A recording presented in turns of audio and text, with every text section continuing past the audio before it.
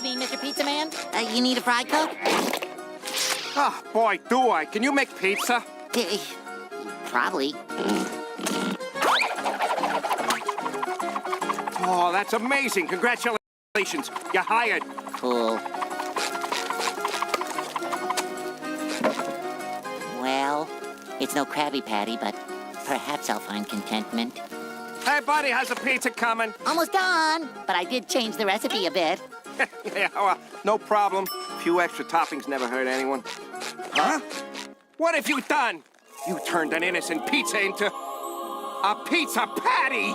It's an abomination. Yeah, of deliciousness. You're hired. But who will make the Krabby Patty? SpongeBob, it does not look like a pizza place. Hey, Taco Man, may I have a job, por favor? All right. Let's see what you can do with a burrito.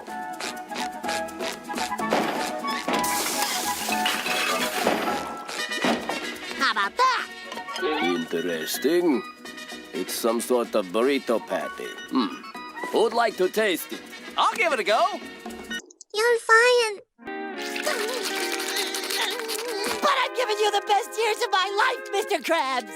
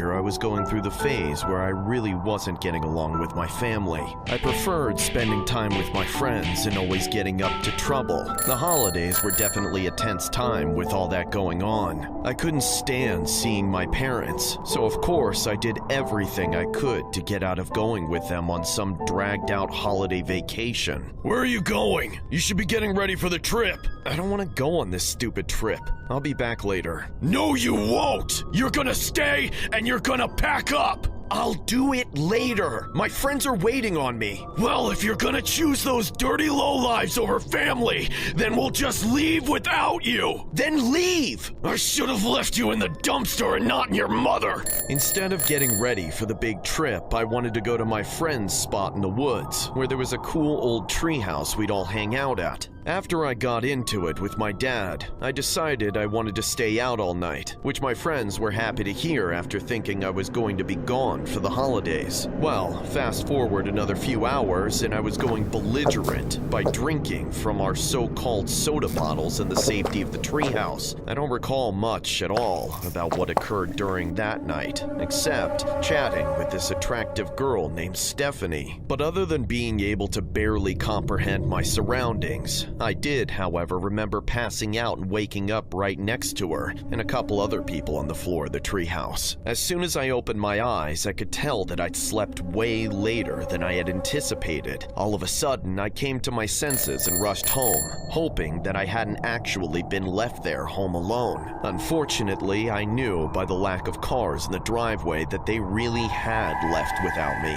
That's when I came to the realization that I stupidly thought to never bring my key when I stormed off that day before. I checked the front door, back door, and even tried prying the side windows open, but everything was locked shut. I was cold, hungry, and hungover. I started freaking out and then used a rock to break through the kitchen window by the back door so I could reach around and unlock the door into the house. Once inside, I did what I could to clean up the glass, but there was no replacing the door window. Instead, I sealed it off with duct tape, just so there wouldn't be too bad of a draft. A few minutes later, I called my mom to chew her out for leaving me behind. How could you leave me home alone? What kind of mother are you? What kind of mother am I? What kind of son are you? You probably had me with some random guy, and that's why you and Dad hate me. You will not talk to me like that, young man. Then I won't talk to you, you hoe! When that didn't go well, I tried calling up that girl I passed out with, but that was a bust too. She said she couldn't hang out until after she got back from the holidays with her family. That's when I came to the realization that I was going to be by myself for Christmas, completely alone, in a big house with no one around. By 10 p.m., I was an emotional wreck, so I crawled into bed and tried to get some sleep.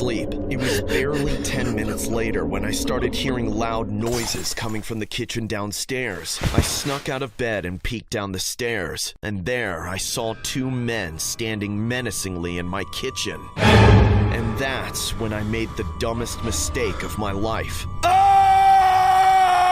I screamed at the top of my lungs out of sheer panic, and that's when the robbers immediately looked at me. I turned around and ran back to my room and locked the door. I panicked and called my mom. She made me wait until the last ring. I was just about to give up and call the cops, but she had just answered when the robbers broke down my door and charged into my room. Right away, one of them ran at me, picked me up, and tossed me on the bed like I was made of air, just to show me I stood no chance against them. Then, it was all just screaming. Hey kid, where's the money at? Yeah kid, come on. Where did they keep the jewelry, huh? Spit it out. I don't know. Please help me, Mommy. Look at him, calling for his mommy. You better dry up. We ain't even started hooking you up to car batteries yet. Hey, shut up. Look at this. He's on the phone with her right now. Isn't that nice? What's going on? Who's there? Who are you, and what are you doing with my son? Oh, don't worry, Mrs. Crybaby. Your wimpy little son is just fine, and he'll stay that way if you tell us the combination to your safe and where to find it. What are you talking about? We don't have a safe. That's baloney. Shut up. Forget the safe. Where's your money? Your jewels. If you don't tell us, then your son's gonna pay for it. I'm telling you, we're not that rich. We don't have a safe or jewels or anything like that. Please, believe her. Believe her. Shut up. You know what, kid? I say we ought to make him scream so his mommy can hear. Forget that hoe. She's dumb as rocks. We can't keep wasting time. We gotta make a move. Fast. Now. All right, wise guy. What should we do? I think she's bluffing. Let's ransom the kid. What? No, please. I'll do anything. Shut